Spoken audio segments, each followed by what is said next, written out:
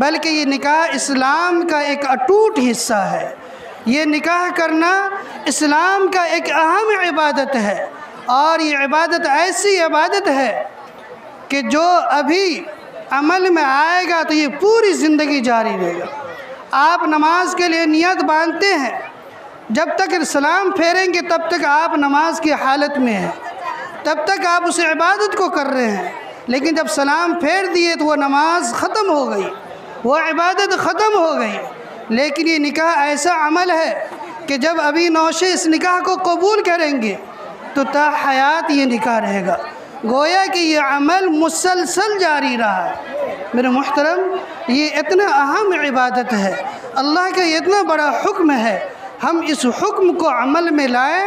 اور آپ سب جانتے ہیں کہ اللہ تعالیٰ نے جس کام کو کرنے کا حکم دیا ہے، رسول اللہ نے جس کام کو کرنے کو کہا ہے، اس کا طریقہ بھی بتلایا ہے۔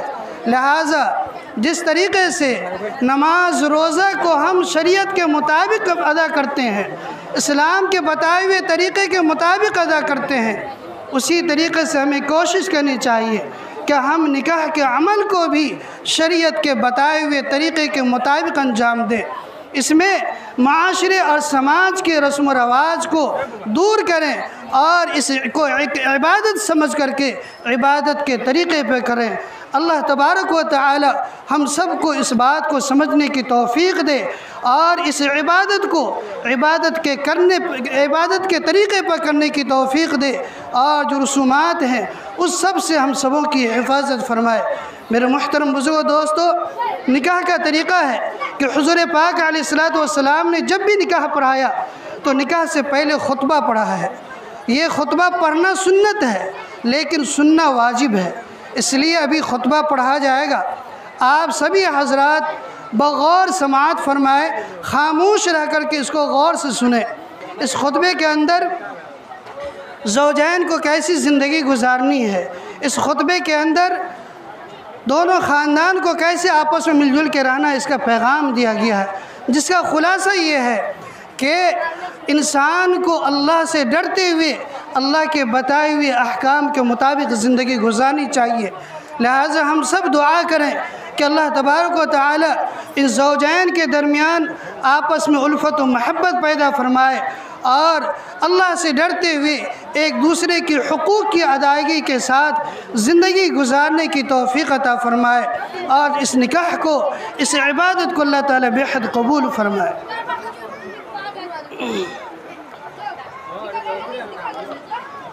الحمد لله نحمده ونستعينه ونستغفره ونؤمن به ونتوكل عليه ونعوذ بالله من شرور أنفسنا ومن سيئات أعمالنا، من يهده الله فلا مضل له ومن يضلل فلا هادي له، ونشهد أن لا إله إلا الله وحده لا شريك له، ونشهد أن الرحمن الرحيم يا أيها الناس اتقوا ربكم الذي خلقكم من نفس واحدة وخلق منها زوجها وبث منهما رجالا كثيرا ونساء، واتقوا الله الذي تساءلون به والأرحام إن الله كان عليكم رقيبا يا أيها الذين آمنوا اتقوا الله حق تقاته ولا تموتن إلا وأنتم مسلمون يا أيها الذين آمنوا اتقوا الله وقولوا قولا سديدا يصلح لكم أعمالكم ويغفر لكم ذنوبكم، ومن يطع الله ورسوله فقد فاز فوزا عظيما. وقال النبي صلى الله عليه وسلم النكاح من سنتي. وقال عليه الصلاة والسلام فمن رغب عن سنتي فليس مني، أو كما قال عليه الصلاة والسلام. سبحان ربك رب العزة عما يصفون وسلام على المرسلين والحمد لله رب العالمين.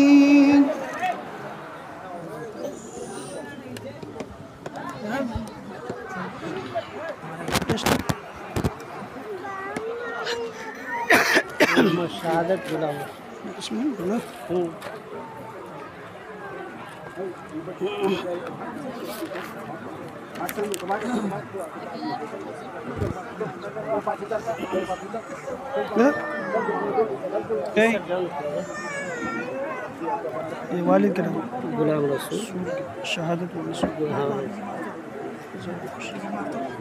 گواہ بلال قادری.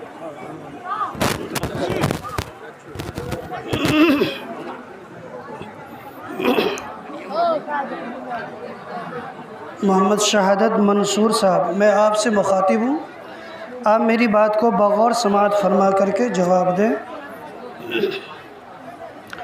محترم جناب محمد افروز عالم صاحب کی صاحبزادی عائشہ خاتون کو بعوض 51,000 روپیے گواہ خاص میں سے گواہ اول محمد بلال قادری، گواہ دو محمد اختر رضا، بوکالت حافظ عبدالعزیز، بحیثیت قاضی میں محمد قیصر علی قاسمی، آپ کے عقد نکاح میں دیا، آپ نے قبول کیا؟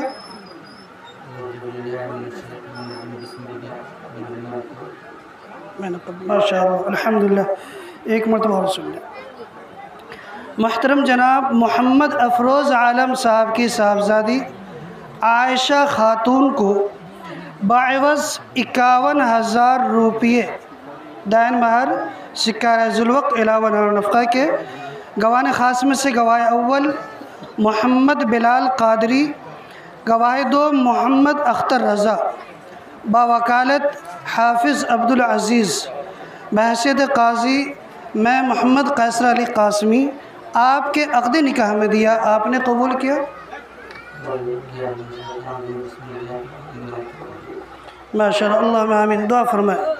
اللہم آمین. اللہم انت السلام ومنک السلام، حینا ربنا بالسلام وادخلنا دار السلام. تباركت ربنا وتعاليت يا ذا الجلال والإكرام. يا حي يا قيوم برحمتك نستغيث. يا حي يا قيوم برحمتك نستغيث. اے اللہ ہم سب گنہگار سے کار خطا کار ہیں، اے اللہ ہم سبوں کے گناہوں کو معاف فرما دے، اے اللہ ہم سبوں کو ہدایت نصیب فرما دے، اے اللہ جسمانی روحانی ہر طرح کی بیماریوں سے ہم سبوں کی حفاظت فرما دے، اے اللہ جسمانی روحانی ہر طرح کی قوت ہم سبوں کو عطا فرما دے. اے اللہ یہ جو عقد مسنونہ ہوا، اے اللہ اسے تو بے حد قبول فرما لے، اے اللہ اسے تو بے حد قبول فرما لے. اے اللہ زوجین کے درمیان خوب الفت و محبت پیدا فرما دے، اے اللہ زوجین کے درمیان خوب الفت و محبت پیدا فرما دے.